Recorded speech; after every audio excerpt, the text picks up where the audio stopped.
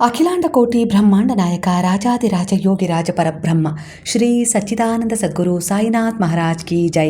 ಗುರುವಿನ ಪಾದಾರವಿಂದಗಳಿಗೆ ವಂದಿಸುತ್ತಾ, ನಮಸ್ತೆ ಸ್ನೇಹಿತರೆ, ಹೇಗಿದ್ದೀರಾ? ಗುರುವಿನ ಆಶೀರ್ವಾದ, ಭಗವಂತನ ದಯೆಯಿಂದ ನಿಮ್ಮಲ್ಲಿರುವ ಎಲ್ಲ ರೀತಿಯ ಒಂದು ನೆಗೆಟಿವಿಟಿ ಹೀಲ್ ಆಗಲಿ ಅಂತೇಳಿ ಪ್ರಾರ್ಥನೆಯನ್ನು ಮಾಡ್ತಾ, ಈಗಿನ ಪ್ರಸ್ತುತ ಎನರ್ಜಿಗೆ ಯಾವ ರೀತಿಯ ಒಂದು ಎನರ್ಜಿ ಕನೆಕ್ಟ್ ಆಗಿ ನಿಮ್ಮನ್ನು ಹೀಲ್ ಮಾಡುತ್ತೆ, ಗೈಡ್ ಮಾಡುತ್ತೆ, ಹಾಗೆ ಸರಿಯಾದ ತೀರ್ಮಾನಗಳನ್ನು ನಿಮಗೆ ತೆಗೆದುಕೊಳ್ಳುವಲ್ಲಿ ಸಹಾಯ ಮಾಡುತ್ತೆ ಅನ್ನೋದನ್ನು ನೋಡೋಣ. ಮೊದಲನೇದಾಗಿ ಒಂದು ಎನರ್ಜಿ ಯಾವ ರೀತಿ ಕನೆಕ್ಟ್ ಆಗ್ತಿದೆ ನೋಡೋದಕ್ಕಿಂತ ಮೊದಲು ಸ್ನೇಹಿತರೆ, ಎಂದಿನಂತೆ ಇದೊಂದು ಟೈಮ್ಲೆಸ್ ಜನರಲ್ ರೀಡಿಂಗ್ ಆಗಿರುತ್ತೆ. ಹಾಗೆ ಇದು ಕನೆಕ್ಟಿವ್ ಎನರ್ಜಿಯಲ್ಲಿರುತ್ತೆ. ಯಾವ ಸಮಯದ ಎನರ್ಜಿ ಪ್ರಕಾರ ನೀವು ಈ ರೀಡಿಂಗ್ನ ಎನರ್ಜಿಗೆ ಕನೆಕ್ಟ್ ಆಗ್ತಿರೋ, ಖಂಡಿತವಾಗಿ ಈ ಎನರ್ಜಿ ನಿಮ್ಮನ್ನು ಹೀಲ್ ಮಾಡುತ್ತೆ, ಗೈಡ್ ಮಾಡುತ್ತೆ, ಹಾಗೆ ಸರಿಯಾದ ಮಾರ್ಗದರ್ಶನವನ್ನು ಆ ಸಮಯಕ್ಕೆ ಅನುಗುಣವಾಗಿ ನೀವು ತೆಗೆದುಕೊಳ್ಳುವ ಹಾಗೆ ನಿಮಗೆ ಸಹಾಯ ಕೂಡ ಮಾಡುತ್ತೆ. ಹಾಗಾದರೆ ನಿಮ್ಮ ಜೀವನದಲ್ಲಿ ಈಗ ನಡೆಯುತ್ತಿರುವ ದೈವಿಕ ಮಾರ್ಗದರ್ಶನದ ಕೆಲವು ಸಂಕೇತಗಳು, ನೀವು ಈ ರೀಡಿಂಗನ್ನು ನೋಡ್ತಾ ಇರುವುದು ಒಂದು ಯಾದೃಚ್ಛಿಕವಲ್ಲ. ಸಾಯಿಬಾಬಾರ ಕೃಪೆಯಿಂದಲೇ ಈ ಸಂದೇಶ ನಿಮ್ಮವರಿಗೆ ತಲುಪಿದೆ.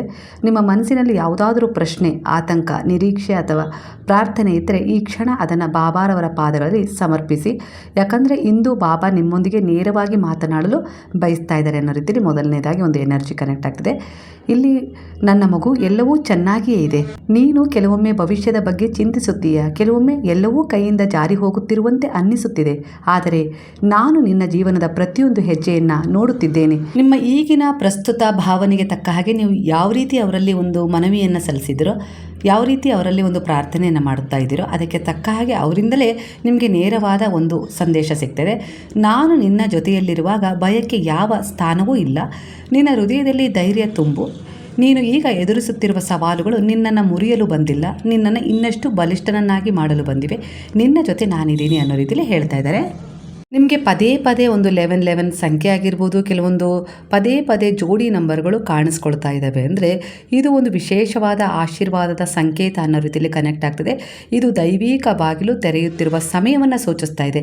ಅಂದರೆ ನಿಮ್ಮ ಜೀವನದಲ್ಲಿ ಮುಂದೆ ಒಂದು ಒಳ್ಳೆಯದೇನೋ ಎದುರಾಗತ್ತೆ, ಒಂದು ನೀವು ಬಯಸಿದ್ದೇನೋ ಒಂದು ಪ್ರಾರ್ಥನೆ ಈಡೇರುತ್ತೆ, ಯಾವುದೋ ಒಂದು ಸಂತೋಷ ನಿಮ್ಮ ಜೀವನಕ್ಕೆ ಪ್ರವೇಶ ಮಾಡುತ್ತೆ. ಹಾಗೆ ಯಾರದ್ದೋ ಒಂದು ಸಹಾಯ ಅನಿರೀಕ್ಷಿತವಾಗಿ ಸಿಕ್ಕು ಅಡೆತಡೆಗೊಂಡಿರುವ ಕೆಲಸಗಳು ಪ್ರಾರಂಭವಾಗ್ತವೆ. ಇಂಥ ಸಮಯದಲ್ಲಿ ಅನಿರೀಕ್ಷಿತವಾಗಿ ಒಂದು ಬ್ರಹ್ಮಾಂಡ ಆಗಿರ್ಬೋದು, ಗುರುವಾಗಿರ್ಬೋದು, ನೀವು ನಂಬಿದ ದೈವಶಕ್ತಿಗಳಾಗಿರ್ಬೋದು, ಈ ರೀತಿ ಒಂದಿಷ್ಟು ಸೂಚನೆಗಳನ್ನು ಈ ರೀತಿ ಪದೇ ಪದೇ ಕಾಣುವ ಒಂದು ಏಂಜಲ್ಸ್ ನಂಬರ್ಗಳ ಮೂಲಕ ಆಗಿರ್ಬೋದು, ಇಲ್ಲ ಯಾವುದೋ ಒಂದು ಇದ್ದಕ್ಕಿದ್ದ ಹಾಗೆ ಸಂತೋಷ ಕೊಡುವ ಘಟನೆ ನಡೀಬೋದು. ಹಾಗೆ ಪ್ರೀತಿ ಪಾತ್ರರ ಒಂದು ಆಗಮನ ಆಗ್ಬೋದು. ಹಾಗೆ ಒಂದಿಷ್ಟು ಪ್ರಾಣಿ ಪಕ್ಷಿಗಳು ನಿಮಗೆ ಕಾಣಿಸ್ಕೊಳ್ಬೋದು, ಫೆದರ್ ಸಿಗ್ಬೋದು.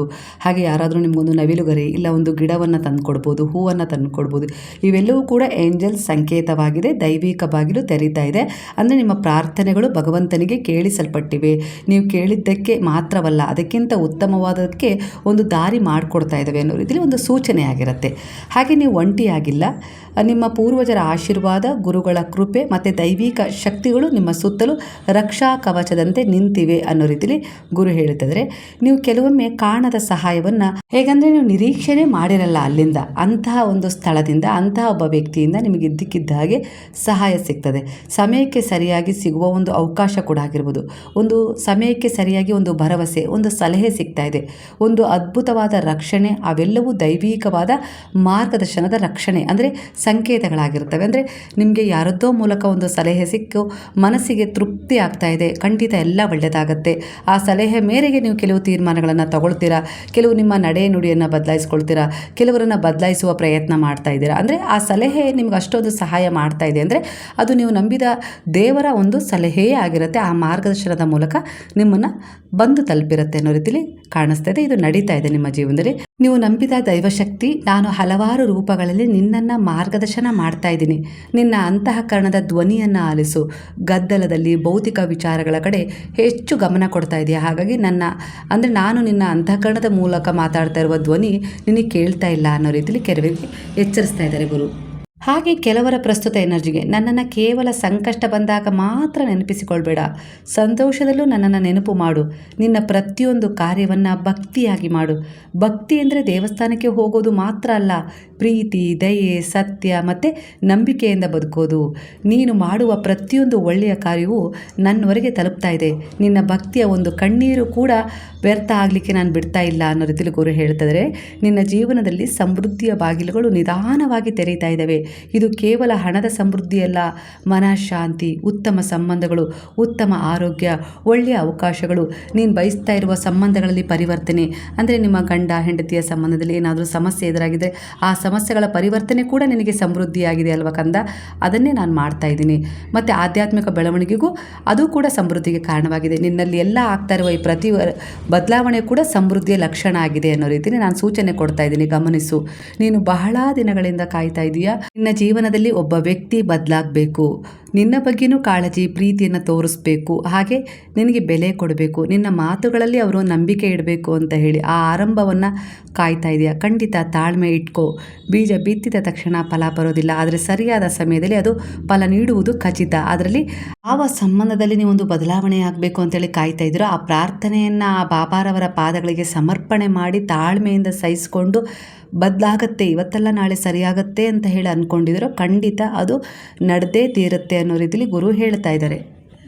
ಇಲ್ಲಿ ಗುರು ಹೇಳ್ತಾ ಇದ್ದಾರೆ, ನಾನು ನಿನ್ನನ್ನು ಹೊರಗಿನ ಯಶಸ್ಸಿಗೆ ಮಾತ್ರ ಸಿದ್ಧತೆ ಮಾಡ್ತಾ ಇಲ್ಲ, ಅಂದರೆ ಭೌತಿಕ ಸುಖಗಳನ್ನು ಅನುಭವಿಸಲಿಕ್ಕೆ ಮಾತ್ರ ಸಿದ್ಧತೆ ಮಾಡ್ತಾ ಇಲ್ಲ, ಅವುಗಳನ್ನು ಕೊಡೋದ್ರ ಜೊತೆಗೆ ಒಳಗಿನಿಂದ ನಿನ್ನನ್ನು ಜಾಗೃತಿಯತ್ತ ಕರೆದೊಯ್ತಾ ಇದ್ದೀನಿ. ಶಾಶ್ವತವಾದ ಸುಖ, ಶಾಂತಿ, ನೆಮ್ಮದಿಯತ್ತ ಕರ್ಕೊಂಡು ಹೋಗ್ತಾ ಇದ್ದೀನಿ. ಅದಕ್ಕೋಸ್ಕರ ನಿನ್ನ ಆತ್ಮಕ್ಕೆ ಬೇಕಾದ ಪಾಠಗಳನ್ನು ನಾನು ಕಲಿಸ್ತಾ ಇದ್ದೀನಿ, ಹಾಗೆ ನಿನ್ನ ಎದುರಿಗಿರೋರಿಗೂ ಕೂಡ ಆ ಪಾಠವನ್ನು ಕಲಿಸ್ತಾ ಇದ್ದೀನಿ. ನನ್ನ ಶಿಕ್ಷಣ ಈಗ ನಿಮ್ಮ ಕುಟುಂಬದ ಮೇಲೆ ಶುರುವಾಗಿದೆ. ನಿನ್ನ ಕಣ್ಣಲ್ಲಿ ಕಣ್ಣೀರು ಇದ್ದರೂ ನಾನು ನೋಡ್ತಾ ಇದ್ದೀನಿ, ನಿನ್ನ ಹೃದಯದ ನೋವನ್ನೂ ನಾನು ಅರ್ತಿದ್ದೀನಿ. ಆದರೆ ನೆನ್ಪಿಟ್ಕೋ, ಈ ಸಮಯ ಕಳೆಯುತ್ತೆ. ನಿನ್ನ ಜೀವನದಲ್ಲಿ ನಾನು ಸಿದ್ಧಪಡಿಸಿರುವ ಆಶೀರ್ವಾದಗಳು ನಿನ್ನ ಕಲ್ಪನೆಗಿಂತ ದೊಡ್ಡದಾಗಿದೆ ಕಂದ. ಭಯವನ್ನು ಬಿಟ್ಟು ನಂಬಿಕೆಯ ದಾರಿಯನ್ನು ಹಿಡಿ. ನಿನ್ನ ಪ್ರತಿಯೊಂದು ಹೆಜ್ಜೆಯಲ್ಲೂ ನಾನು ಜೊತೆಯಲ್ಲಿದ್ದೇನೆ. ನಿನ್ನ ಪ್ರಾರ್ಥನೆಗಳಿಗೆ ಉತ್ತರ ಬರ್ತಾ ಇದೆ. ಎಲ್ಲವೂ ಚೆನ್ನಾಗಿಯೇ ಇದೆ. ಎಲ್ಲವೂ ನನ್ನ ಕೃಪೆಯಲ್ಲೇ ನಡೀತಾ ಇದೆ. ನಂಬಿಕೆ ಇಡು ಅನ್ನುವ ಸಂದೇಶ ಈಗಿನ ನಿಮ್ಮ ಪ್ರಸ್ತುತ ಎನರ್ಜಿಗೆ ಕನೆಕ್ಟ್ ಆಗಿದೆ ಅಂತೇಳಿ ಅಂದ್ಕೊಳ್ತೀನಿ. ಯಾಕಂದರೆ ನೀವು ಯಾವ ರೀತಿ ಒಂದು ಸಂಪರ್ಕವನ್ನು ಗುರುವಿನಲ್ಲಿ ಇಟ್ಕೊಂಡಿದ್ದೀರಾ ಅಂದರೆ, ನೀವೇನಾದರೂ ಈಗ ದುಃಖದಲ್ಲಿ ಅವ್ರ ಹತ್ರ ಒಂದು ಪ್ರಾರ್ಥನೆ ಮಾಡಿಕೊಂಡ್ರಿ ಅಂದರೆ ತಕ್ಷಣ ಅದು ನಿಮ್ಮ ಜೀವನದಲ್ಲಿ ನೆರವೇರ್ತಾ ಇದೆ. ಕೆಲವರ ಜೀವನದಲ್ಲಿ ಪ್ರಸ್ತುತ ಎನರ್ಜಿಗೆ ಅಂದರೆ ನೀವೇನೋ ಈ ಕ್ಷಣ ನನಗಿಂತ ಸಮಸ್ಯೆ ಎದುರಾಗಿದೆ, ಪರಿಹಾರ ಬೇಕು, ಖಂಡಿತ ಅದು ಸಿಗ್ತಾ ಇದೆ. ನೀವು ಯಾವೆಲ್ಲ ರೀತಿಲಿ ಅವ್ರು ನನ್ನ ಜೊತೆ ಇದ್ದಾರೆ, ನಾನು ಹೇಳಿದ್ದನ್ನೆಲ್ಲ ಕೇಳಿಸ್ಕೊಳ್ತಾ ಇದ್ದಾರೆ, ನನಗೆ ಸ್ಪಂದಿಸ್ತಾ ಇದ್ದಾರೆ ಅನ್ನೋ ನಂಬಿಕೆಯಿಂದ ನೀವು ಯಾವ ರೀತಿ ಅವ್ರ ಜೊತೆ ವರ್ತಿಸ್ತೀರೋ ಅದೇ ರೀತಿ ಪ್ರತಿಕ್ರಿಯೆ ಅವ್ರು ನಿಮ್ಗೆ ನೀಡ್ತಾ ಇದ್ದಾರೆ. ಹೌದು, ನಾನು ನಿನ್ನ ಜೊತೆಗಿದ್ದೀನಿ, ನಿನ್ನ ಪ್ರತಿ ಮಾತನ್ನು ಕೇಳಿಸ್ಕೊಳ್ತಾ ಇದ್ದೀನಿ, ನಿನ್ನ ಪ್ರತಿ ನಡೆಯನ್ನು ಗಮನಿಸ್ತಾ ಇದ್ದೀನಿ ಖಂಡಿತ ಅನ್ನೋ ರೀತಿಯಲ್ಲಿ ಅವರು ಸ್ಪಂದಿಸ್ತಾ ಇದ್ದಾರೆ. ಇದರ ಅನುಭವವೇ ನಿಮಗೆ ಅವರು ನಾನು ಜೀವಂತವಾಗಿದ್ದೀನಿ ನಿನ್ನ ಜೊತೆ ಅನ್ನುವ ಜೀವಂತ ಸಾಕ್ಷಿಯಾಗಿದೆ. ಇದು ನಿಮಗೆ ತಿಳಿದ ಮೇಲೆ ತಾನೇ ನೀವು ಇನ್ನೂ ಅವರಲ್ಲಿ ತುಂಬ ವಿಶ್ವಾಸವನ್ನು ಇಟ್ಕೊಂಡು ನನ್ನ ಜೊತೆ ಗುರುವಿದ್ದಾರೆ, ಏನೇ ಆದರೂ ಅವ್ರು ನೋಡ್ಕೊಳ್ತಾರೆ. ಈ ಕರ್ಮವನ್ನೇ ಆಗಲಿ ಕಳ್ಕೊಳ್ಳೋಕ್ಕೆ ದಾರಿನೂ ಅವ್ರು ಮಾಡಿಕೊಡ್ತಾ ಇದ್ದಾರೆ, ಹಾಗೆ ನಾನು ಯಾಕೆ ಹೆದರ್ತೀಯಾ, ನಾನು ನಿನ್ನ ಜೊತೆಗಿರುವಾಗ ಅನ್ನೋ ರೀತಿಯಲ್ಲಿ ಧೈರ್ಯನೂ ತುಂಬ್ತಾ ಇದ್ದಾರೆ ಅನ್ನೋ ರೀತಿಯಲ್ಲಿ ನಿಮಗೀಗ ಮನದಟ್ಟಾಗಿದೆ. ಅದೇ ವಿಶ್ವಾಸದೊಂದಿಗೆ ಪ್ರತಿಯೊಂದು ವಿಚಾರವನ್ನು ಅವರ ಹತ್ರ ಸಮರ್ಪಣೆ ಮಾಡೋದನ್ನು ಕಲ್ತಿದ್ದೀರಾ. ನೀವು ಯಾರು ಮತ್ತೆ ಮತ್ತೆ ಸಾಬೀತುಪಡಿಸಲು ಪ್ರಯತ್ನಿಸ್ತಾ ಇದ್ದೀರಾ, ನೀವು ಯಾರು ಅಂತ ಹೇಳಿ ನಿಮ್ಮ ಎದುರಿಗಿರುವ ಸಂಬಂಧದ ಎದುರಿಗೆ, ಅಂದರೆ ನಿಮ್ಮ ಹೃದಯದ ಸತ್ಯವನ್ನು ಯಾರಿಗಾದರೂ ಒಪ್ಪಿಸಲು ನಿರಂತರ ಪ್ರಯತ್ನವನ್ನು ಪಡ್ತಾ ಇದ್ದೀರಾ. ಅಂದರೆ ನೀವು ಅವರಿಗೋಸ್ಕರ ಏನನ್ನು ಡಿಸರ್ವ್ ಮಾಡ್ಕೊಂಡಿದ್ದೀರಾ ಮನಸ್ಸಲ್ಲಿ, ಅಂದರೆ ಅವ್ರ ಬಗ್ಗೆ ಒಂದು ಪ್ರೀತಿ, ಕಾಳಜಿ, ಪ್ರೇಮ ನಿಮಗೆ ಎಷ್ಟಿದೆ ಅನ್ನೋ ರೀತಿಲಿ ನೀವು ಅದನ್ನು ವ್ಯಕ್ತಪಡಿಸಲಿಕ್ಕೆ, ಅಂದರೆ ಒಪ್ಪಿಸಲು ಅವರ ಎದುರಿಗೆ ನಿರಂತರವಾಗಿ ಪ್ರಯತ್ನ ಪಡ್ತಾ ಇದ್ದೀರಾ. ಆದರೆ ಇದರಿಂದ ಏನು ತೊಂದರೆ ಆಗುತ್ತೆ ಅಂದರೆ ನೀವು ನಿಮ್ಮ ಎನರ್ಜಿಯನ್ನು ಕಳ್ಕೊಳ್ತಾ ಇದ್ದೀರಾ, ಎಲ್ಲೋ ಒಂದು ರೀತಿಯಲ್ಲಿ ನಿಮ್ಮ ಶಕ್ತಿಯನ್ನು ಕಳ್ಕೊಳ್ತಾ ಇದ್ದೀರಾ. ಅವ್ರ ಹತ್ರ ಹೋಗಿ ಬಲವಂತವಾಗಿ ನಿಮ್ಮನ್ನು ಸಾಬೀತುಪಡಿಸಿಕೊಳ್ಳುವ ಅವಶ್ಯಕತೆ ಇಲ್ಲ ಅನ್ನೋ ರೀತಿಯಲ್ಲಿ ಗುರು ಹೇಳ್ತಿದ್ದಾರೆ. ಯಾಕಂದರೆ ಕೆಲವೊಮ್ಮೆ ನೀವು ನಿಮ್ಮ ಪ್ರೀತಿ, ನಿಮ್ಮ ನಿಷ್ಠೆ, ನಿಮ್ಮ ಉದ್ದೇಶಗಳನ್ನು, ಅವ್ರ ಬಗ್ಗೆ ನಿಮಗಿದ್ದ ಒಂದಿಷ್ಟು ಕನಸುಗಳನ್ನು, ಹಾಗೆ ನೀವಿಬ್ಬರೂ ಕೂಡ ಒಟ್ಟಾರೆಯಾಗಿ ಸೇರಿ ಒಂದಿಷ್ಟು ಕನಸುಗಳನ್ನು ನನಸು ಮಾಡ್ಕೊಳ್ಬೇಕು ಅಂತ ಇದ್ದೀರಲ್ಲ, ಅದನ್ನು ಅರ್ಥ ಮಾಡಿಸೋಕ್ಕೆ ಅವರಿಗೆ ಪ್ರಯತ್ನ ಪಡ್ತಾ ಇದ್ದೀರಾ. ಆದರೆ ಅದು ಇನ್ನೊಬ್ಬರಿಗೆ ಅರ್ಥವಾಗುವಂತೆ ಮಾಡಲು ಅರ್ಥ ಮಾಡಿಸೋಕ್ಕೆ ಪ್ರಯತ್ನ ಪಡ್ತಾ ಇದ್ದೀರಾ, ಶ್ರಮಿಸ್ತಾ ಇದ್ದೀರಾ. ತುಂಬ ನಿಜವಾದ ಅರ್ಥೈಸಿಕೊಳ್ಳುವಿಕೆ ಒತ್ತಾಯದಿಂದ ಬರೋದಿಲ್ಲ, ಅದು ಅರಿವಿನಿಂದ ಬರುತ್ತೆ ಅನ್ನೋ ರೀತಿಯಲ್ಲಿ ಗುರು ಹೇಳ್ತಿದ್ದಾರೆ. ಅದೇ ನೀವು ಅವರಲ್ಲಿ ಒಂದು ಬದಲಾವಣೆಯನ್ನು ತರಬೇಕು ಅಂದರೆ ನೀವು ಮೌನವಾಗಬೇಕು. ನಿಮ್ಮ ಸತ್ಯದಲ್ಲಿ ಸ್ಥಿರವಾಗಿರುವಾಗ ನಿಮ್ಮ ಕ್ರಿಯೆಗಳೇ ಮಾತನಾಡಲು ಆರಂಭಿಸ್ತವೆ ಅಂತ ಹೇಳ್ತಿದ್ದಾರೆ. ಆಗ ಎದುರಿಗಿನ ವ್ಯಕ್ತಿಯ ಮನಸ್ಸಿನಲ್ಲಿ ಒಂದು ಹೊಸ ಪ್ರಶ್ನೆ ಹುಟ್ಟುತ್ತೆ, ಬಹುಶಃ ನಾನು ಇವರನ್ನು ತಪ್ಪಾಗಿ ಅರ್ಥ ಮಾಡಿಕೊಂಡ, ಅಲ್ಲಿಂದಲೇ ಅವರೊಳಗಿನ ಪರಿವರ್ತನೆ ಆರಂಭವಾಗುತ್ತೆ ಅನ್ನೋ ರೀತಿಯಲ್ಲಿ ಗುರು ಹೇಳ್ತಿದ್ದಾರೆ. ನಿಮ್ಮನ್ನು ಯಾರಿಗೂ ಸಾಬೀತುಪಡಿಸಬೇಕಾಗಿಲ್ಲ. ಹೂವು ತನ್ನ ಪರಿಮಳವನ್ನು ವಿವರಿಸೋದಿಲ್ಲ, ಅದು ಕೇವಲ ಅರಳುತ್ತೆ. ಅದೇ ರೀತಿ ಇರಬೇಕು ನಿಮ್ಮ ವ್ಯಕ್ತಿತ್ವ. ನಿಮ್ಮದೇನು ಕೆಲಸ ಇದೆಯೋ ಅದನ್ನು ಮಾಡಬೇಕು. ಇನ್ನೊಬ್ಬರಿಗೋಸ್ಕರ ಅಂದರೆ ಅವ್ರ ಹತ್ರ ನಾನು ನನ್ನ ಒಂದು ಎಲ್ಲವನ್ನು ಸಾಬೀತುಪಡಿಸ್ಕೊಳ್ಬೇಕು, ನಾವು ನಿಮ್ಮನ್ನು ಎಷ್ಟು ಪ್ರೀತಿಸ್ತೀನಿ, ಎಷ್ಟು ಕಾಳಜಿ ಇದೆ, ನೀವು ನನ್ನ ಒಂದು ಪ್ರೀತಿಗೆ ಒಂದು ಕಾಳಜಿಗೆ ಸ್ಪಂದಿಸ್ರಿ ಅಂತ ಹೇಳಿ ಕೇಳೋದಲ್ಲ ಬಲವಂತವಾಗಿ. ಅದು ಅವರಿಂದಲೇ ಆ ಅರಿವಾಗಬೇಕು. ಅಂದರೆ ಆಗ ನೀವು ನಿಮ್ಮ ಒಂದು ಸ್ವಂತಿಕೆಯನ್ನು ಅರ್ಥ ಮಾಡ್ಕೊಳ್ಬೇಕು. ಸ್ವಮೌಲ್ಯ, ಸ್ವಗೌರವ ಇವೆಲ್ಲವನ್ನು ನಿಮಗೆ ನೀವು ಯಾವಾಗ ಕೊಟ್ಕೊಳ್ತೀರೋ, ಪ್ರೀತಿಸ್ತೀರೋ, ಆಗ ಅವರು ನಿಮ್ಮ ಕಡೆ ಆಕರ್ಷಣೆ ಆಗ್ತಾರೆ. ಅಲ್ಲಿಯವರೆಗೂ ಅವ್ರಿಗೊಂದು ಅರಿವು ಅನ್ನೋದು ಮೂಡೋದಿಲ್ಲ. ಯಾಕಂದರೆ ನೀವು ಪದೇ ಪದೇ ಅವ್ರ ಮೇಲೆ ಅವಲಂಬಿತರಾದ ಹಾಗೆ ಪದೇ ಪದೇ ಅವರ ಎದುರಿಗೆ ಗೋಗೆರಿತಾ ಇರ್ತೀರ ಕೆಲವೊಂದು ವಿಚಾರಗಳನ್ನು ಒಪ್ಸೋಕ್ಕೆ, ಹಾಗೆ ನಿಮ್ಮನ್ನು ಸಮರ್ಥನೆ ಮಾಡ್ಕೊಳ್ಳೋಕ್ಕೆ. ಎಷ್ಟು ಹೆಚ್ಚು ನೀವು ಒಪ್ಪಿಸಲು ಯತ್ನಿಸಲು ಪ್ರಯತ್ನಿಸ್ತೀರೋ ಅಷ್ಟೇ ಹೆಚ್ಚು ಪ್ರತಿರೋಧ ಎದುರಾಗತ್ತೆ. ಎಷ್ಟು ಹೆಚ್ಚು ನೀವು ಸ್ವಾಭಾವಿಕವಾಗಿರ್ತೀರೋ ಅಷ್ಟು ಹೆಚ್ಚು ಸತ್ಯ ಅಂದರೆ ನಿಮ್ಮೊಳಗಿನ ಒಂದು ವ್ಯಕ್ತಿತ್ವ ಪ್ರಕಾಶಿಸಲಿಕ್ಕೆ ಶುರುವಾಗುತ್ತೆ ಅನ್ನೋ ರೀತಿಯಲ್ಲಿ ಬರ್ತಾಯಿದೆ. ನೀವು ಸಾಕ್ಷಿ, ನೀವು ಇತರರ ಅಭಿಪ್ರಾಯವಲ್ಲ, ಅದನ್ನು ಅರ್ಥ ಮಾಡ್ಕೊಳ್ಳಿ. ಯಾರಾದರೂ ನಿಮ್ಮ ಬಗ್ಗೆ ಏನು ಯೋಚಿಸ್ತಾರೆ ಎಂಬುದರ ಮೇಲೆ ನಿಮ್ಮ ಮೌಲ್ಯ ನಿಂತಿರೋದಿಲ್ಲ, ಅದನ್ನು ಅರ್ಥ ಮಾಡ್ಕೊಳ್ಳಿ. ಅದು ನಿಮ್ಮದೇ ಪ್ರೀತಿಯ ಸಂಬಂಧ ಆಗಿರ್ಬೋದು, ಯಾರೇ ಆಗಿರ್ಬೋದು. ಯಾರು ಏನು ಯೋಚಿಸ್ತಾರೆ ಅನ್ನೋದು ಮುಖ್ಯ ಅಲ್ಲ, ನಿಮ್ಮ ಮೌಲ್ಯ ಅದರ ಮೇಲೆ ನಿಂತಿಲ್ಲ. ನಿಮ್ಮನ್ನು ಅರ್ಥ ಮಾಡಿಕೊಳ್ಳುವವರನ್ನು ಬದಲಾಯಿಸಲು ಹೋಗೋದು ಬೇಡ. ಮೊದಲು ನಿಮ್ಮೊಳಗಿನ ಶಾಂತಿಯಲ್ಲಿ ನೀವು ಸ್ವಲ್ಪ ವಿಶ್ರಾಂತಿಯನ್ನು ಪಡ್ಕೊಳ್ಬಿಡಿ. ಆ ಸಮಯದಲ್ಲಿ ನಿಮ್ಮನ್ನು ಸ್ಟೇಬಲ್ ಆಗಿ ಇಟ್ಕೊಳ್ಳೋದನ್ನ ಕಲೀರಿ. ನೀವು ನಿಮ್ಮ ಸತ್ಯದಲ್ಲಿ ಸ್ಥಿರವಾದಾಗ, ನಿಮ್ಮನ್ನು ನೀವು ಗೌರವಿಸಿ ಪ್ರೀತಿಸಿ, ಹಾಗೆ ನಿಮ್ಮ ಒಂದು ಸಮರ್ಥತೆಯಲ್ಲಿ ನೀವು ನಿಂತಾಗ, ಒಳಗಿನಿಂದ ಸ್ಟ್ರಾಂಗ್ ಆದಾಗ ಹೊರಗಿನ ಮಾನ್ಯತೆ ಬೇಕಾಗೋದೇ ಇಲ್ಲ. ಆಗ ನಿಮ್ಮ ಉಪಸ್ಥಿತಿಯೇ ಒಂದು ಉತ್ತರವಾಗಿ ನಿಂತಿರುತ್ತೆ ಅವರ ಎದುರಿಗೆ ಅನ್ನೋ ರೀತಿಯಲ್ಲಿ ಗುರು ಹೇಳ್ತಾ ಇದ್ದಾರೆ. ಹಾಗಾಗಿ ಹಿಂಬಾಲಿಸೋದು ಬೇಡ, ಒಪ್ಪಿಸಲು ಪ್ರಯತ್ನಿಸೋದು ಬೇಡ. ನಿಮ್ಮ ಸತ್ಯದಲ್ಲಿ ನೀವು ಬದುಕಿ, ನಿಮ್ಮ ವ್ಯಕ್ತಿತ್ವದಲ್ಲಿ ನೀವು ಬದುಕಿ, ನಿಮ್ಮ ಶಾಂತಿಯನ್ನು ಕಾಪಾಡಿಕೊಳ್ಳಿ. ನಿಮ್ಮ ಒಂದು ಶಕ್ತಿಯನ್ನು, ನಿಮ್ಮ ಒಂದು ಎನರ್ಜಿಯನ್ನು ಕಡಿಮೆ ಮಾಡ್ಕೊಳ್ಳೋದು ಬೇಡ. ನಿಮ್ಮನ್ನು ಅರ್ಥ ಮಾಡಿಕೊಳ್ಳಬೇಕಾದವರು ಸರಿಯಾದ ಸಮಯದಲ್ಲಿ ತಮ್ಮ ಹೃದಯದ ಬಾಗಿಲು ತೆರೆದು ನಿಮ್ಮ ಕಡೆಗೆ ಬಂದೇ ಬರ್ತಾರೆ. ಆ ಅರಿವನ್ನು ನಿಮ್ಮ ವ್ಯಕ್ತಿತ್ವದ ಮೂಲಕ ಮೂಡಿಸಿ ಅನ್ನೋ ರೀತಿಯಲ್ಲಿ ಗುರು ಹೇಳ್ತಾ ಇದ್ದಾರೆ. ಹಾಗಂತ ಕೆಲವೊಮ್ಮೆ ಆ ಸಂಬಂಧದಿಂದ ದೂರ ಆಗಿ ಅರಿವನ್ನು ಮೂಡಿಸೋ ಅವಶ್ಯಕತೆ ಇರೋದಿಲ್ಲ. ಸಂಬಂಧ ಹಾಗೇ ಇರುತ್ತೆ, ಆದರೆ ಅದರ ಅಂತರ ಸ್ವಲ್ಪ ಜಾಸ್ತಿ ಮಾಡಿಕೊಂಡಾಗ ಅಲ್ಲಿ ನಿಮ್ಮ ಬಗ್ಗೆ ಒಂದಿಷ್ಟು ಮಾನ್ಯತೆ ಸಿಗತ್ತೆ. ಅಂದರೆ ಕೆಲವರ ಪ್ರಸ್ತುತ ಎನರ್ಜಿಗೆ ಈ ವಿಚಾರ ತುಂಬ ಕನೆಕ್ಟ್ ಆಗ್ತಾ ಇದೆ ಅನ್ನೋ ರೀತಿಯಲ್ಲಿ ಬರ್ತದೆ. ಅಂದರೆ ಕೆಲವು ಸಂಬಂಧಗಳಲ್ಲಿ ನಿಮ್ಮನ್ನು ತುಂಬ ಆಯಾಸಗೊಳಿಸ್ತಾ ಇರುವ ವಿಚಾರ ಅಂದರೆ ಇದೇ ಆಗಿದೆ. ಒಪ್ಸೋದು, ಪದೇ ಪದೇ ಅವರ ಎದುರಿಗೆ ಹೋಗಿ ನಾನು ನಿಮ್ಮನ್ನು ಎಷ್ಟು ಪ್ರೀತಿ ಮಾಡ್ತೀನಿ, ಅರ್ಥ ಮಾಡ್ಕೊಳ್ತೀನಿ, ನೀವು ಅದೇ ರೀತಿ ನನ್ನನ್ನು ಪ್ರೀತಿ ಮಾಡಿ ಅರ್ಥ ಮಾಡ್ಕೊಳ್ಳಿ ಅನ್ನೋ ರೀತಿಲಿ ಅವರಿಗೆ ಪದೇ ಪದೇ ಹೇಳೋದು, ಮೆಸೇಜ್ ಮಾಡೋದು. ಇದು ಅಂದರೆ ಎದುರಿಗಿರುವವರು ನಿಮ್ಮನ್ನು ಅರ್ಥ ಮಾಡ್ಕೊಳ್ಳಲಿ ಅನ್ನುವ ಒಂದು ನಿಮ್ಮ ಪ್ರಯತ್ನ, ಆದರೂ ಅವರು ಏನೂ ಬದಲಾಗ್ತಾ ಇಲ್ಲ. ಇದೇ ಅದಕ್ಕೆ ಕಾರಣ. ಅಂದರೆ ನೀವು ಪ್ರಯತ್ನ ಪಡ್ತಾ ಇದ್ದೀರಾ, ಆದರೆ ಎದುರಿಗಿರೋರು ನಿಮ್ಮನ್ನು ಸೀರಿಯಸ್ ಆಗಿ ತೆಗೆದುಕೊಳ್ತಾ ಇಲ್ಲ. ಅಂದರೆ ಸೀರಿಯಸ್ ಆಗಿ ತೆಗೆದುಕೊಳ್ಳೋದನ್ನು ನಿಲ್ಲಿಸಿದ್ದಾರೆ. ಯಾಕಂದರೆ ಅವರಿಗೆ ತಿಳಿದಿದೆ ನೀವು ಅವರನ್ನು ಕಳೆದುಕೊಳ್ಳಲು ಇಷ್ಟಪಡ್ತಾ ಇಲ್ಲ, ಆ ಭಯ ನಿಮ್ಮಲ್ಲಿದೆ ಅಂತೇಳಿ ಅವ್ರಿಗೆ ಗೊತ್ತಿದೆ. ಹಾಗಾಗಿ ಅವರಿಂದ ನಿಮಗೆ ಅಷ್ಟು ಬೆಲೆ ಸಿಗ್ತಾ ಇಲ್ಲ. ಹಾಗೆ ನೀವು ಅವರನ್ನು ಅರ್ಥ ಮಾಡ್ಕೊಂಡಿದ್ದೀರಾ, ಹಾಗೆ ನನ್ನನ್ನು ಕೂಡ ಅರ್ಥ ಮಾಡ್ಕೊಳ್ಳಿ ಅಂತೇಳಿ ಬಯಸ್ತಾ ಇದ್ದೀರಾ. ಆದರೆ ಅವರು ಎಷ್ಟು ನಿಮ್ಮನ್ನು ಇಗ್ನೋರ್ ಮಾಡ್ತಾ ಇದ್ದಾರೆ ಅಂದರೆ ನಿಮಗೆಲ್ಲೋ ಒಂದು ರೀತಿಲಿ ಈ ಸಂಬಂಧ ಇಷ್ಟೇನಾ, ಇದರಲ್ಲಿ ಏನು ಪರಿವರ್ತನೆ ಆಗೋದಿಲ್ಲ ಅನ್ನೋ ರೀತಿಲಿ ಆ ದುರ್ಬಲತೆಗೆ ಜಾರಿಸ್ತಾ ಇದೆ ಆ ವಿಚಾರ. ಒಂದು ದಿನ ಆ ಪ್ರಯತ್ನ ನೀವು ನಿಲ್ಲಿಸಿದರೆ, ಮೌನವಾದರೆ ಅಲ್ಲಿಂದಲೇ ಪರಿಸ್ಥಿತಿ ಬದಲಾಗತ್ತೆ ಅನ್ನೋ ರೀತಿಲಿ ಆ ಎನರ್ಜಿ ಕನೆಕ್ಟ್ ಇದೆ. ಅಂದರೆ ಈಗ ನೀವು ಮೊದಲಿನಂತೆ ಪ್ರತಿ ಮಾತಿಗೂ ರಿಯಾಕ್ಟ್ ಮಾಡ್ತಾ ಇಲ್ಲ, ಹಾಗೆ ಪ್ರತಿ ಆರ್ಗ್ಯುಮೆಂಟ್ ಫಿಕ್ಸ್ ಮಾಡುವ ಪ್ರಯತ್ನ ಕೂಡ ಮಾಡ್ತಾ ಇಲ್ಲ. ಈಗ ನೀವು ನಿಮ್ಮ ಎನರ್ಜಿ ಉಳಿಸಲು ಪ್ರಯತ್ನಿಸ್ತಾ ಇದ್ದೀರಾ. ಸುಮ್ಮನೆ ಅಂದರೆ ಅದು ಯಾವ ರೀತಿ ಆಗಿದೆ ಅಂದರೆ, ನಾನು ತುಂಬ ಅತಿಯಾಗಿ ವರ್ತನೆ ಮಾಡ್ತಾ ಇದ್ದೀನೇನೋ, ನನ್ನ ಒಂದು ಆತ್ಮವಿಶ್ವಾಸವನ್ನು ಕಳೆದುಕೊಳ್ಳೋದ್ರ ಮೂಲಕ ಗೌರವ, ಪ್ರೀತಿ, ನನ್ನದೇ ಆದ ಒಂದು ಮಾನ್ಯತೆಯಿಂದ ಆಗಿರ್ಬೋದು, ಅಂದರೆ ನನ್ನ ಒಂದು ಸೆಲ್ಫ್ ರೆಸ್ಪೆಕ್ಟ್ ಇಲ್ಲ ರೀತಿಯಲ್ಲಿ ನಾನು ನೋಡ್ಕೊಳ್ತಾ ಇದ್ದೀನಿ. ಹಾಗಾಗಿ ಅದನ್ನು ಬಿಟ್ಟು ಸ್ವಲ್ಪ ಮೌನವಾಗಿಬಿಡೋಣ ಅನ್ನೋ ರೀತಿಲಿ ಪರಿಸ್ಥಿತಿ ಸ್ವಲ್ಪ ಬದಲಾಯಿಸಿ ನೋಡ್ತಾ ಇದ್ದೀರಾ. ಆ ಪ್ರಯತ್ನ ನಿಲ್ಲಿಸಿದ್ದೀರಾ. ಈಗ ಇದು ಇಲ್ಲಿಂದಲೇ ಅವರಿಗೆ ಒಂದು ಮನದಲ್ಲಿ ಕನ್ಫ್ಯೂಷನ್ ಶುರುವಾಗಿದೆ. ಅಂದರೆ ಅವ್ರು ಯೋಚಿಸ್ತಾ ಇದ್ದಾರೆ, ಈಗ ಒಂದು ಪ್ರೀತಿಗಾಗಿರ್ಬೋದು, ಒಂದು ಹೊರಗಡೆ ತಿರುಗಾಟಕ್ಕಾಗಿರ್ಬೋದು, ಒಂದು ಯಾವುದೋ ಒಂದು ವಿಚಾರಕ್ಕೆ ನೀವು ಗೋಗಿರಿತಾ ಇದ್ರಿ. ಈಗ ಇದ್ದಕ್ಕಿದ್ದ ಹಾಗೆ ಅದೆಲ್ಲವನ್ನು ನಿಲ್ಲಿಸಿ ಸ್ವಲ್ಪ ಮೌನವಾಗಿ ಬದಲಾಗಿದ್ರೆ, ನಿಮ್ಮ ಸಮಯವನ್ನು ನಿಮಗೆ ಕೊಡ್ಕೊಳ್ತಾ ಇದ್ದೀರಾ. ನಿಮ್ಮ ಯಾವುದೋ ಒಂದು ಒಳ್ಳೆಯ ಉದ್ದೇಶಕ್ಕಾಗಿ ಅದನ್ನು ಬದಲಾಯಿಸ್ಕೊಂಡು ನೀವು ಮೌನವಾಗಿಬಿಟ್ಟಿದ್ದೀರಾ. ಅಂದರೆ ಹಿಂದೆ ನೀವು ಆ ರೀತಿ ಗೋಗೆರಿಬೇಕಾದ್ರೆ ಅವರಿಗೆ ನಿಮ್ಮ ಬಗ್ಗೆ ಗಮನ ಇರಲಿಲ್ಲ. ಈಗ ನೀವು ಬದಲಾದ ತಕ್ಷಣ ಇದ್ದಕ್ಕಿದ್ದ ಹಾಗೆ ಅವರ ಗಮನ ಈಗ ನಿಮ್ಮ ಮೇಲೆ ಶುರುವಾಗಿದೆ. ಅಂದರೆ ಅವರು ಯೋಚಿಸ್ಲಿಕ್ಕೆ ಶುರು ಮಾಡಿದ್ದಾರೆ, ಏನಿದು ಹೀಗಾಗ್ಬಿಡ್ತಲ್ಲ ಅನ್ನೋ ರೀತಿಯಲ್ಲಿ ಅವರ ಮನಸ್ಸಲ್ಲಿ ಈಗ ಒಂದು ಶಾಂತವಾದ ವಿಚಾರ ಕದಡಕ್ಕೆ ಶುರುವಾಗಿದೆ. ಅಂದರೆ ನನ್ನ ಒಪ್ಪಿಸಲು ಇಲ್ಲವ ಸಂಭಾಳಿಸುವ ಪ್ರಯತ್ನ ಯಾಕೆ ಮಾಡ್ತಾ ಇಲ್ಲ, ಈಗ ಯಾಕೆ ನನ್ನ ಹತ್ರ ಗೋಗೆರಿತಾ ಇಲ್ಲ, ಯಾಕೆ ನನ್ನ ಹತ್ರ ಈಗ ಪದೇ ಪದೇ ಆರ್ಗ್ಯೂ ಮಾಡ್ತಾ ಇಲ್ಲ, ನನ್ನ ಒಂದು ಅಗಲುವಿಕೆಯಿಂದ ಅಂದರೆ ಸ್ವಲ್ಪ ಅಂತರ ಇದೆ ಈಗ. ನಾನು ಯಾವುದಕ್ಕೂ ರೆಸ್ಪಾನ್ಸ್ ಮಾಡದೇ ಇದ್ದರೂ ಕೂಡ, ಅಂದರೆ ಅಗಲುವಿಕೆ ಇದ್ದರೂ ಕೂಡ ಯಾಕೀಗ ಭಯ ಪಡ್ತಾ ಇಲ್ಲ, ನನ್ನ ಅಗಲುವಿಕೆಯಿಂದ ಇವರಿಗೇನು ಅನ್ನಿಸ್ತಾ ಇಲ್ವಾ, ಭಯ ಆಗ್ತಾ ಇಲ್ವಾ ಅನ್ನುವ ಪ್ರಶ್ನೆ ಅವರ ಮನದಲ್ಲಿ ಈಗ ಬರ್ತಾ ಇದೆ. ಮೊದಲ ಬಾರಿಗೆ ಅವರ ಈಗೋಗೆ ಹರ್ಟ್ ಆಗಿದೆ.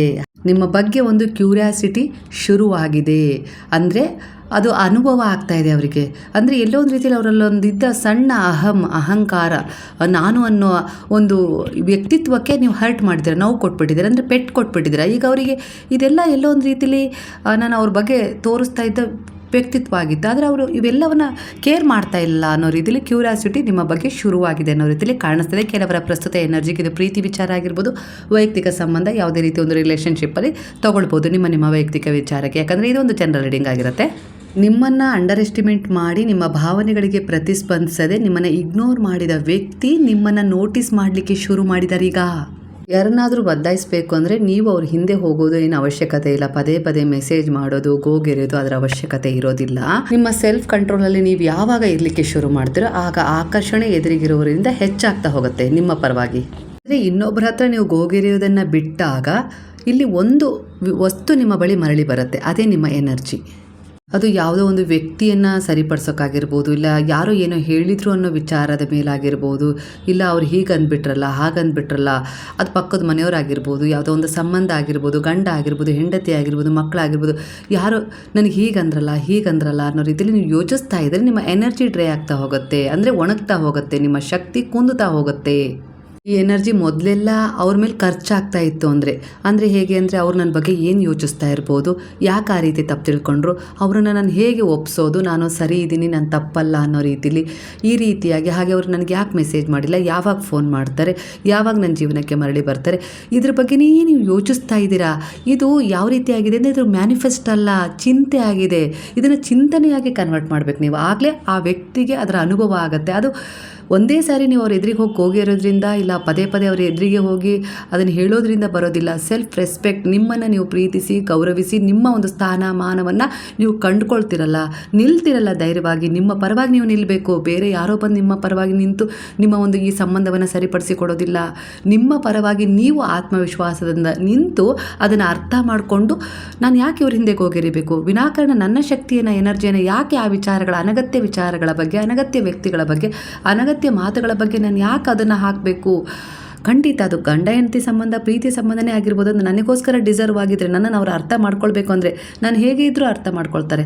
ನಾನು ನನ್ನತನವನ್ನು ಯಾಕೆ ಬಿಟ್ಟು ಗೋಗೆರಿಬೇಕು ಅನ್ನೋ ರೀತಿಯಲ್ಲಿ ಕೆಲವರು ಬದಲಾವಣೆ ಆಗಿದ್ದೀರಾ. ಆಗ ಬದಲಾವಣೆ ನಿಮ್ಮ ಜೀವನದಲ್ಲಿ ಈಗ ಅವರು ಆಕರ್ಷಣೆಯ ರೀತಿಯಲ್ಲಿ ಬದಲಾಗ್ತಾ ಇರುವ ಚೇಂಜಸ್ ನಿಮಗೆ ಗೊತ್ತಾಗಿದೆ. ಹಿಂದೆ ನಿಮ್ಮ ಬಗ್ಗೆನೇ ಎಲ್ಲೋ ಒಂದು ರೀತಿಯಲ್ಲಿ ಮಾತಾಡ್ತಾ ಇರುವ ಒಂದು ಗಂಡ ಹೆಂಡತಿಯ ಸಂಬಂಧದಲ್ಲಿ ಆಗಿರ್ಬೋದು, ಈಗ ನೀವೊಂದು ಸ್ವಂತಿಕೆಯಿಂದ ಒಂದು ವ್ಯವಹಾರವನ್ನು ಶುರು ಮಾಡಿದ್ದೀರಾ.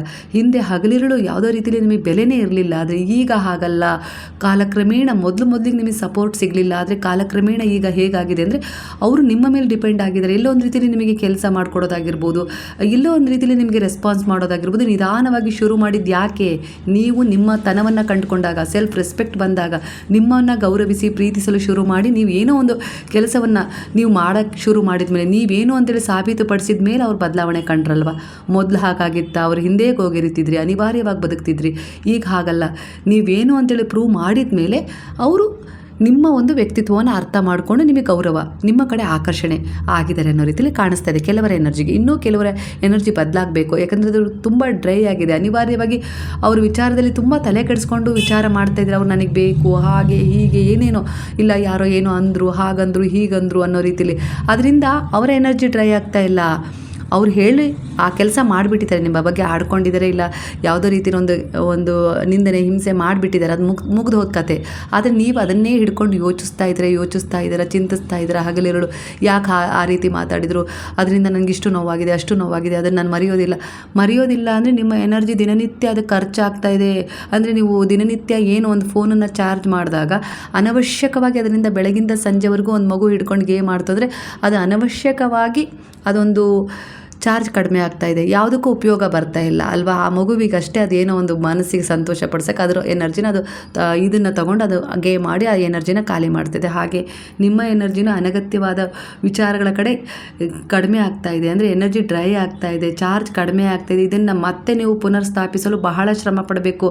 ಆಗಲೇ ನಿಮ್ಮಲ್ಲಿ ಆಯಾಸ ಆಗಿರ್ಬೋದು, ನಿರುತ್ಸಾಹ ಆಗಿರ್ಬೋದು, ಯಾವುದೇ ಕೆಲಸ ಮಾಡಲಿಕ್ಕೆ ಉತ್ಸಾಹ ಇಲ್ಲದೆ ಆಗಿರ್ಬೋದು, ಪದೇ ಪದೇ ನಿದ್ದೆ ಬರೋದು, ಮೈಕೈ ನೋವು ಬರೋದು, ಕೆಲವೊಂದು ಸರಿ ಜೀವನ ಇಷ್ಟೇ ಮುಗೀತು, ಇನ್ನೇನು ಆಗೋದಿಲ್ಲ ನನ್ನಿಂದ, ಇಷ್ಟೇ ಮುಗೀತು ಅನ್ನೋ ರೀತಿಯಲ್ಲಿ ಒಪ್ಕೊಳ್ಳೋದಾಗಿರ್ಬೋದು, ದುರ್ಬಲತೆಗೆ ಜಾರೋದಾಗಿರ್ಬೋದು, ಖಿನ್ನತೆಗೆ ಜಾರೋದಾಗಿರ್ಬೋದು, ಹುಚ್ಚರ ರೀತಿಯಲ್ಲಿ ತಲೆಯೆಲ್ಲ ಹಿಂಡ್ಕೊಳ್ಳೋ ರೀತಿಯಲ್ಲಿ ಆಗಿರ್ಬೋದು, ಯಾರಿಗೂ ಹೇಳದ ಆ ರೀತಿಯಲ್ಲಿ ಅಳೋದು, ವರ್ತನೆ ಮಾಡೋದು, ಇಲ್ಲ ಒಬ್ಬರೇ ಇದ್ದಾಗ ಕಿರ್ಚಾಡೋದು, ಈ ರೀತಿ ಎಲ್ಲ ಯಾವುದೋ ಒಂದು ಪಾತ್ರೆ ಮೇಲಾಗಿರ್ಬೋದು, ಇಲ್ಲ ಪುಸ್ತಕದ ಮೇಲಾಗಿರ್ಬೋದು ಸಿಟ್ಟು ತೋರಿಸೋದಾಗಿರೋದು, ಮಕ್ಕಳನ್ನು ಇದ್ದಕ್ಕಿದ್ದ ಹಾಗೆ ಏನೋ ಒಂದು ಸಣ್ಣ ತಪ್ಪಿಗೆ ಒಂದು ಮಾತಿಗೆ ಹೊಡೆಯೋದಾಗಿರ್ಬೋದು, ಇದೆಲ್ಲ ಮಾಡ್ತಾ ಇದ್ದೀರಾ ಅಂದರೆ ಇದು ನೀವೆಲ್ಲೋ ಒಂದು ರೀತಿಯಲ್ಲಿ ನಿಮ್ಮ ಸೆಲ್ಫ್ ರೆಸ್ಪೆಕ್ಟನ್ನು ಕಳ್ಕೊಂಡಿದ್ದೀರಾ, ಬೇರೆಯವ್ರ ಮೇಲೆ ಅದನ್ನು ಡಿಪೆಂಡ್ ಮಾಡಿದ್ದೀರಾ. ಅಂದರೆ ಬೇರೆಯವರ ಎನರ್ಜಿಯ ಬಗ್ಗೆ ಅವ್ರು ಏನೋ ಹೇಳಿದರು, ಮಾಡಿದರು, ಅಂದರು, ಆಡಿದರು ಅನ್ನೋ ರೀತಿಯಲ್ಲಿ ವಿಚಾರ ಮಾಡಿ ನಿಮ್ಮ ಒಂದು ಶಕ್ತಿಯನ್ನು ಕುಂದಿಸ್ಕೊಂಡ್ಬಿಟ್ಟಿದ್ದೀರಾ. ನೀವಿಲ್ಲಿ ನಿಮ್ಮನ್ನು ನೀವು ಅರ್ಥ ಮಾಡ್ಕೊಳ್ತಾ ಇಲ್ಲ, ನಿಮ್ಮ ಕಂಟ್ರೋಲಿಗೆ ನೀವು ಸಿಗ್ತಾ ಇಲ್ಲ, ಅಂದರೆ ನಿಮ್ಮನ್ನು ಹಿಡ್ತಕ್ಕೆ ತಗೊಳಕ್ಕೆ ಆಗ್ತಾ ಇಲ್ಲ, ನಿಮಗೆ ಸಣ್ಣ ಪುಟ್ಟ ವಿಚಾರದ ಮೇಲೂ ರೇಗಾಡ್ತಾ ಇದ್ದೀರಾ. ಇದು ನಡೀತಾ ಇದೆ ನಿಮ್ಮಲ್ಲಾಗಿರ್ಬೋದು, ನಿಮ್ಮ ಎದುರಿಗಿರೋರು ಮೇಲಾಗಿರ್ಬೋದು, ಅದು ಅವರ ಕಂಟ್ರೋಲಿಗೆ ಸಿಗ್ತಾ ಇಲ್ಲ. ಇದೇ ಅದರ ಮರ್ಮ ಆಗಿದೆ ಅಷ್ಟೇ.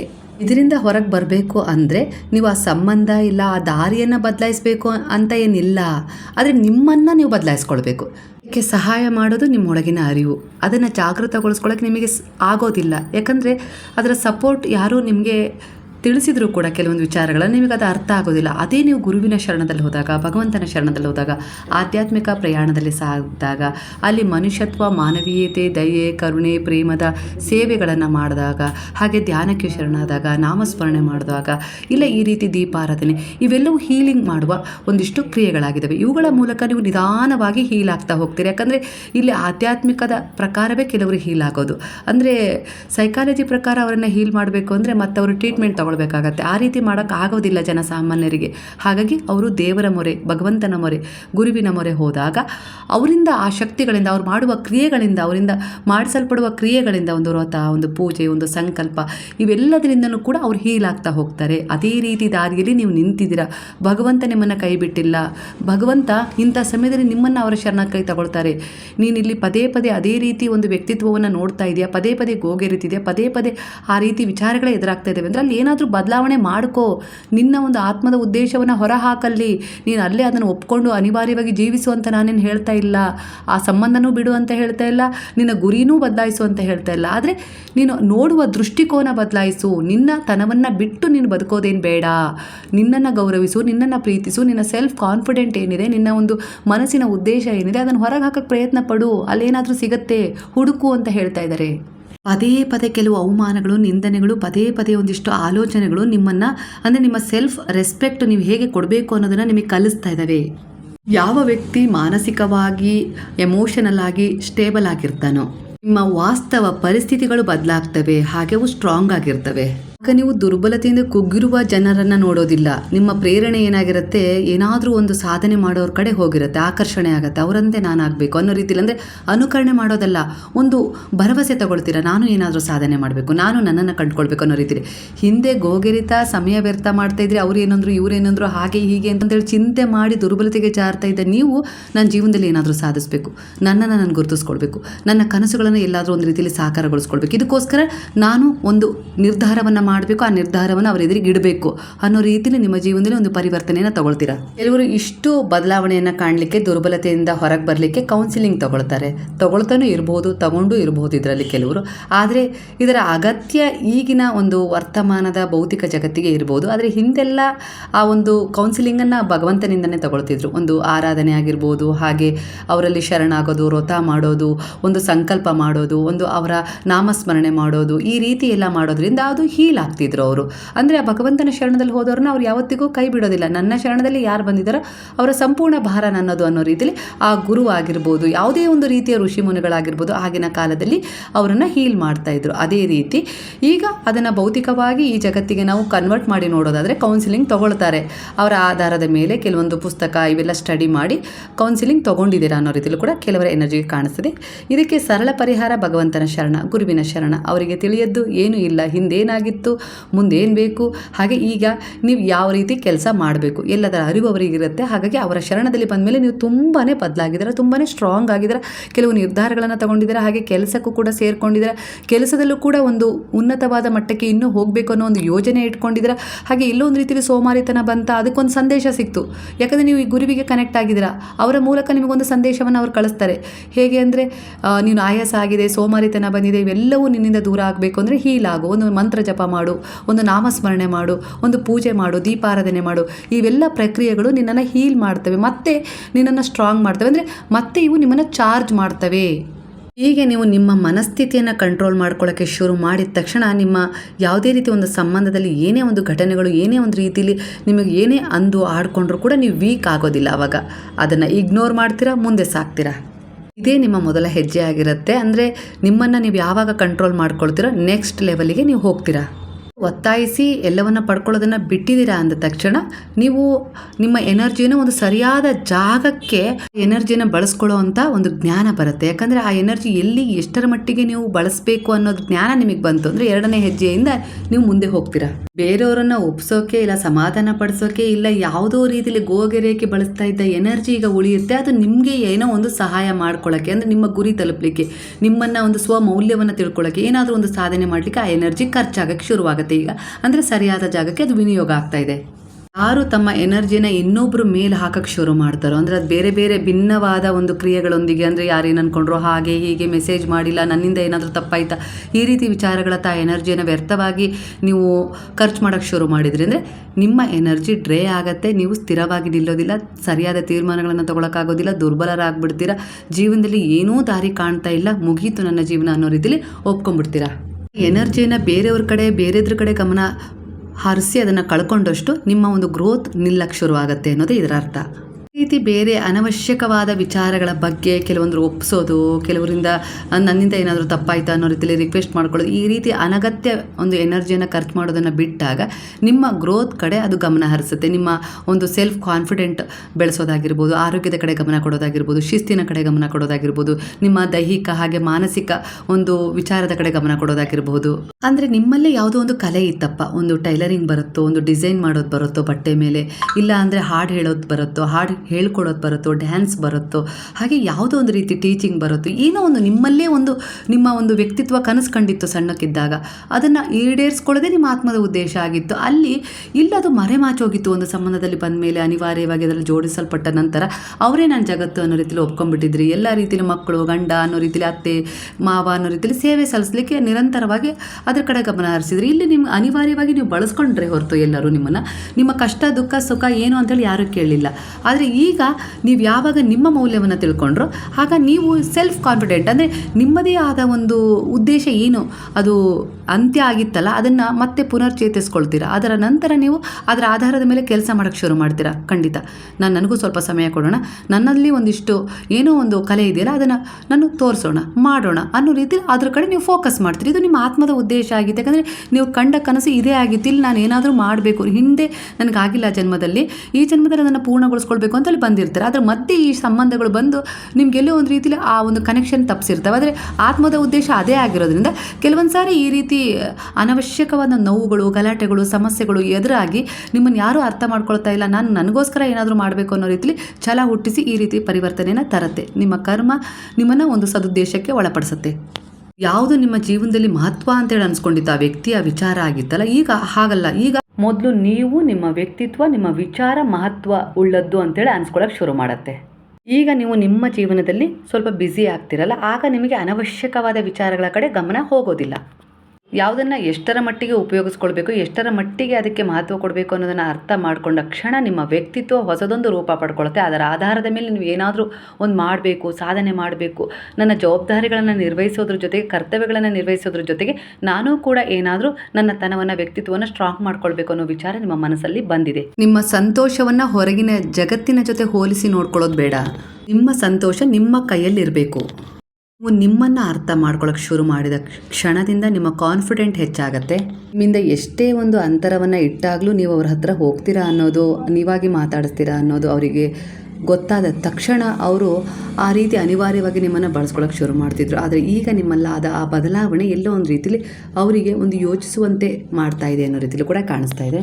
ಅಂದರೆ ನೀವು ನಿಮ್ಮ ಒಂದು ಜೀವನದಲ್ಲಿ ಬ್ಯುಸಿ ಆಗ್ತೀರಾ, ಅಂದರೆ ಅದೇ ಜೀವನದಲ್ಲಿ ಇರ್ತೀರ, ಅದೇ ಕುಟುಂಬದಲ್ಲಿ ಇರ್ತೀರ, ಅದೇ ವ್ಯಕ್ತಿತ್ವದ ಜೊತೆ ಇರ್ತೀರ, ಅಲ್ಲೇ ಇರ್ತೀರ. ಆದರೆ ನಿಮ್ಮ ನಿರ್ಧಾರಗಳನ್ನು ಬದಲಾಯಿಸ್ಕೊಂಡಿರ್ತೀರ, ನಿಮ್ಮ ಎನರ್ಜಿನ ಸರಿಯಾದ ರೀತಿಯಲ್ಲಿ ಸರಿಯಾದ ಜಾಗದಲ್ಲಿ ಬಳಕೆ ಮಾಡ್ಕೊಳ್ತಾ ಇರ್ತೀರ. ಅಂದರೆ ನಿಮಗೋಸ್ಕರ ಏನಾದರೂ ಮಾಡ್ಕೊಳ್ಳೋದು, ನಿಮ್ಮ ಆತ್ಮದ ಉದ್ದೇಶ ಕೇವಲ ಈ ಸಂಸಾರ, ಈ ಜಗತ್ತು, ಈ ಒಂದಿಷ್ಟು ನೋವು ನಿಂದನೆ ಇದನ್ನು ಅನುಭವಿಸುವಂಥ ಅಷ್ಟೇ ಅಲ್ಲ. ಅವೆಲ್ಲ ಯಾಕೆ ಎದುರಾಗ್ತಾ ಇದ್ದಾವೆ ಅಂದರೆ ಪದೇ ಪದೇ ನೀವು ಏನಾದರೂ ನಿಮ್ಮ ಆತ್ಮದ ಉದ್ದೇಶನ ಮರ್ತಿರ್ತೀರ. ಕೆಲವೊಂದು ಸಾರಿ ಅದನ್ನು ಪೂರ್ಣಗೊಳಿಸ್ಕೊಳ್ಳೋಕ್ಕೆ ಸಮಯ ಇದೆ ಅನ್ನೋ ರೀತಿಯಲ್ಲಿ ಕೆಲವೊಂದು ವಿಚಾರಗಳನ್ನು ನಿಮ್ಮ ಎದುರಿಗೆ ಇಟ್ಟು ನೀನು ಇದಲ್ಲ, ನೀನು ಇದರಿಂದ ಹೊರಗೆ ಬಾ ಅಂದರೆ ಅದೇ ಅಲ್ಲೇ ಇರೋ, ಆದರೆ ನಿನ್ನ ಗುರಿಯನ್ನು ತಲುಪಲಿಕ್ಕೆ ನೀನಲ್ಲೊಂದು ಏನಾದರೂ ಒಂದು ನಿರ್ಧಾರ ಮಾಡು ಅನ್ನೋ ರೀತಿಯಲ್ಲಿ ತೋರಿಸ್ತಾ ಇದೆ. ನಿರಂತರವಾಗಿ ಗೋಗೆರೆಯೋದು ಇಲ್ಲ ಅವ್ರಿಗೆ ಅವೈಲೇಬಲ್ ಆಗಿರೋದು ಮಾಡ್ತಾ ಇದ್ದಾಗ ಏನಾಗುತ್ತೆ ಅಂದರೆ ನಿಮ್ಮ ಬೆಲೆ ಎಲ್ಲೋ ಒಂದು ರೀತಿಯಲ್ಲಿ ಕಳ್ಕೊಳ್ತೀರಾ ಅಲ್ವಾ. ನಿರಂತರವಾಗಿ ಅಂದರೆ ಸುಲಭವಾಗಿ ಸಿಗೋ ವಸ್ತುವಿಗೆ ಅಷ್ಟು ಬೆಲೆ ಇರೋದಿಲ್ಲ. ಯಾವಾಗ ನಿಮ್ಮ ಒಂದು ವ್ಯಕ್ತಿತ್ವದಲ್ಲಿ ನೀವು ಸ್ವಲ್ಪ ಬ್ಯುಸಿಯಾಗಿ ಎಷ್ಟರ ಮಟ್ಟಿಗೆ ಅವರಿಗೆ ಅವೈಲೇಬಲ್ ಆಗಿರಬೇಕು ಅನ್ನೋದನ್ನು ನೀವು ನಿರ್ಧಾರ ಮಾಡ್ತೀರೋ, ಆಗ ಆ ವ್ಯಕ್ತಿಯ ವಿಚಾರ ಆಗಿರ್ಬೋದು, ಆ ಒಂದು ವಿಚಾರ ಆಗಿರ್ಬೋದು ನಿಮ್ಮ ಕಡೆ ಫೋಕಸ್ ಆಗೋಕ್ಕೆ ಶುರುವಾಗುತ್ತೆ. ಇಮೋಷನಲ್ ಆಗಿ ಸಪೋರ್ಟ್ ಮಾಡ್ತಿದ್ರೆ, ಪ್ರತಿ ಒಂದು ವಿಚಾರದಲ್ಲೂ ಅವ್ರ ಜೊತೆ ನಿಲ್ತಿದ್ರಿ, ಆದರೆ ಅದರ ಬೆಲೆ ಅವ್ರಿಗೆ ಗೊತ್ತಿರಲಿಲ್ಲ. ಈಗ ನೀವು ಸ್ವಲ್ಪ ಅದರಲ್ಲಿ ಅಂತರವನ್ನು ಉಂಟು ಮಾಡಿಕೊಂಡ ತಕ್ಷಣ ಅವರಿಗೆ ಅರ್ಥ ಆಗಕ್ಕೆ ಶುರುವಾಗುತ್ತೆ ನಿಮ್ಮ ಒಂದು ಪ್ರೆಸೆನ್ಸ್ ಅಂದರೆ ನಿಮ್ಮ ಒಂದು ಇರುವಿಕೆ ಅವರ ಜೀವನದಲ್ಲಿ ಎಷ್ಟು ಮಹತ್ವ ಉಳ್ಳದ್ದಾಗಿತ್ತು ಅನ್ನೋ ರೀತಿಲಿ. ಮೊದಲಿಗೆ ಇದೊಂದು ಬದಲಾವಣೆ ಮತ್ತೆ ಬರ್ತಾರೆ ಅಂತೇಳಿ ಅವ್ರು ಅಂದ್ಕೊಳ್ಬೋದು. ಆದರೆ ನಿಮ್ಮ ವ್ಯಕ್ತಿತ್ವ ಬಲವಾಗಿ ಒಂದು ನಿರ್ಧಾರ ತಗೊಂಡಿರುತ್ತೆ. ನಾನು ಕೂಡ ಇಲ್ಲಿ ಏನಾದರೂ ಮಾಡಬೇಕು, ನನ್ನದೇ ಆದ ಒಂದು ರೀತಿಯಲ್ಲಿರುವ ಒಂದು ವ್ಯಕ್ತಿತ್ವದಲ್ಲಿ ನಾನು ಕಂಡ ಕೆಲವು ಕನಸುಗಳನ್ನು ಇನ್ನಾದರೂ ನಾನು ಅದನ್ನು ಸಾಬೀತುಪಡಿಸ್ಕೊಳ್ಬೇಕು. ನಾನು ಇಷ್ಟು ದಿನ ನನ್ನ ಕುಟುಂಬ, ನನ್ನ ಸ್ನೇಹ, ನನ್ನ ಸಂಬಂಧ ಅದು ಇದು ಅಂತೇಳಿ ನಾನು ಸಮಯ ಕೊಟ್ಟಿದ್ದೀನಿ, ಅವೈಲೇಬಲ್ ಆಗಿದ್ದೀನಿ ಅವರಿಗೆಲ್ಲ ರೀತಿಲೂ. ಆದರೆ ಈಗ ನನ್ನದೇ ಆದ ಒಂದು ಕನಸುಗಳನ್ನು ನಿರ್ವಹಿಸ್ಕೊಳ್ಳಲಿ ನಾನು ದಾರಿಯನ್ನು ತೆರೆದುಕೊಳ್ಳೋಣ ಅನ್ನೋ ರೀತಿಯಲ್ಲಿ ನೀವೇನಾದರೂ ಒಂದು ಕೆಲಸ ಶುರು ಮಾಡಿದ್ರಿ ಅಂದರೆ ಅಲ್ಲಿ ನಿಮ್ಮ ಬೆಲೆ ಹೆಚ್ಚಾಗುತ್ತೆ. ಸ್ವಲ್ಪ ಅಲ್ಲಿ ಒಂದು ಏರಿಳಿತ ಕಂಡೇ ಕಾಣುತ್ತೆ, ಆದರೆ ಅದನ್ನು ಎದುರಿಸಿ ನೀವು ನಿಂತಾಗ ಅದೇ ನಿಧಾನಕ್ಕೆ ಅವರಲ್ಲಿ ಹೊಂದಾಣಿಕೆ ಮಾಡ್ಕೊಳ್ಳೋ ಅಂತ ಪ್ರವೃತ್ತಿ ಬೆಳೆಸ್ಕೊಳ್ತಾರೆ ಅವರೇ. ಆಗ ಎದುರಿಗಿರುವ ವ್ಯಕ್ತಿಯ ಸಂಬಂಧ ಹಿಂದಿನದನ್ನು ನೆನಪು ಮಾಡ್ಕೊಳ್ಳೋಕೆ ಶುರು ಮಾಡ್ತಾರೆ. ಅಂದರೆ ನೀವು ಹೇಗಿದ್ರಿ ಅವ್ರ ಜೊತೆ, ಹೇಗೆಲ್ಲ ಅವ್ರಿಗೆ ಸಹಕರಿಸಿದ್ರಿ, ಹೇಗೆಲ್ಲ ಪ್ರೀತಿ ಕಾಳಜಿ ಎಲ್ಲ ಸಮಯ ಕೊಟ್ಟರೆ ಅಂತೇಳಿ ಆಗ ಅವ್ರಿಗೆ ಅರ್ಥ ಆಗೋಕ್ಕೆ ಶುರುವಾಗುತ್ತೆ. ಆಗ ಅವರು ನಿಮ್ಮ ಹಿಂದೆ ಅವ್ರ ಜೊತೆ ನೀವು ಹೇಗೆಲ್ಲ ಒಂದು ಸಪೋರ್ಟ್ ಮಾಡಿದ್ರಲ್ಲ ಆ ಒಂದು ವಿಚಾರಕ್ಕೆ ಕನೆಕ್ಟ್ ಮಾಡ್ಕೊಳ್ತಾರೆ ಎನರ್ಜಿನ. ಅಂದರೆ ಅವ್ರು ನನಗೆ ಯಾವೆಲ್ಲ ರೀತಿಯಲ್ಲಿ ಆ ಸಮಯದಲ್ಲಿ ರೆಸ್ಪಾನ್ಸ್ ಮಾಡಿದ್ರಲ್ಲ ಅನ್ನೋ ರೀತಿಯಲ್ಲಿ ಅವ್ರು ಅರ್ಥ ಮಾಡ್ಕೊಳ್ಳೋಕೆ ಶುರು ಮಾಡ್ತಾರೆ. ಆದರೆ ಕಾಲ ಮಿಂಚೋಗಿರುತ್ತೆ, ಯಾಕಂದರೆ ಅವರೇ ನಿಮ್ಮ ಬೆಲೆನ ಅರ್ಥ ಮಾಡ್ಕೊಳ್ಳದೆ ನಿಮ್ಮನ್ನು ದೂರ ತಳ್ಳಿರ್ತಾರೆ. ಆದರೆ ನೀವೀಗ ಆ ಒಂದು ವ್ಯಕ್ತಿತ್ವವನ್ನು ದುರ್ಬಲತೆಯಾಗಿ ಜಾರಿಸ್ಕೊಳ್ಳದೆ ಅಲ್ಲಿ ಒಂದು ಹೊಸ ಒಂದು ತಿರುವನ್ನು ಪಡ್ಕೊಂಡು ನೀವು ಜೀವನದಲ್ಲಿ ಏನಾದರೂ ಸಾಧನೆ ಮಾಡಬೇಕು, ನಾನು ನನ್ನದೇ ಆದ ಒಂದು ಕರಿಯರಲ್ಲಿ ಮುಂದುವರಿಬೇಕು ಅನ್ನೋ ರೀತಿಯಲ್ಲಿ ಮುಂದುವರೆದು ಬಿಟ್ಟಿರ್ತೀರ. ಇದೆಲ್ಲ ನಡೆದದ್ದು ಯಾವಾಗ ಅಂತೇಳಿ ಸ್ವಲ್ಪ ಯೋಚನೆ ಮಾಡಿ ನೋಡಿ, ನಿಮಗೆ ಅರ್ಥ ಆಗತ್ತೆ ಅಲ್ವಾ. ಕೆಲವು ಸಾಕಷ್ಟು ನೋವು ನಿಂದನೆ, ನೀವು ತುಂಬ ಕೆಲವ್ರನ್ನ ಹಚ್ಕೊಂಡಾಗ, ಅವೈಲೇಬಲ್ ಆಗಿದ್ದಾಗ, ಹಾಗೆ ಕಾಳಜಿ ಮಾಡಿದಾಗ, ಪ್ರೀತಿ ಮಾಡಿದಾಗ, ಅದನ್ನು ಅವರು ಅರ್ಥ ಮಾಡ್ಕೊಳ್ಳದೆ ಇಗ್ನೋರ್ ಮಾಡಿದಾಗ, ತಾತ್ಸಾರ ಮಾಡಿದಾಗಲೇ ನಿಮ್ಮ ಬೆಳವಣಿಗೆ ಸಾಧ್ಯವಾಗಿದ್ದು ಅಲ್ವಾ. ಅನೇಕರ ಎನರ್ಜಿ ಇದಕ್ಕೆ ಪ್ರಸ್ತುತ ಎನರ್ಜಿಗೆ ಕನೆಕ್ಟ್ ಆಗ್ತಿದೆ. ಪ್ರಸ್ತುತ ಎನರ್ಜಿಗೆ ಈ ವಿಚಾರ ರೆಸೊನೇಟ್ ಆಗಿ ನಿಮ್ಮಲ್ಲಿ ಸಾಕಷ್ಟು ಬದಲಾವಣೆ ಮಾಡ್ಕೊಳ್ಬೋದು. ಮಾಡ್ಕೊಂಡಿದ್ದೀನಿ ಹೌದು ಅನ್ನೋ ರೀತಿಯಲ್ಲಿ ಏನಾದರೂ ರೆಸೊನೇಟ್ ಆಗಿದ್ರೆ ಕೃತಜ್ಞತಾ ಪೂರ್ವಕವಾಗಿ ಸಾಯಿರಾಮ್ ಅಂತೇಳಿ ಕಮೆಂಟ್ ಮಾಡೋದನ್ನು ಮರಿಬೇಡಿ. ಹಾಗಾದ್ರೆ ಎಲ್ಲರೂ ಸೇರಿ ಹೇಳೋಣವಾ, ಹರೇ ರಾಮ ರಾಮ ರಾಮ ಹರೇ ಹರೇ, ಹರೇ ಕೃಷ್ಣ ಕೃಷ್ಣ ಕೃಷ್ಣ ಹರೇ ಹರೇ, ಹರೇ ಸಾಯಿ ಸಾಯಿ ಹರೇ ಹರೇ, ಹರೇ ಬಾಬಾ ಬಾಬಾ ಬಾಬಾ ಹರೇ ಹರೇ, ಹರೇ ದತ್ತ ದತ್ತ ಹರೇ ಹರೇ.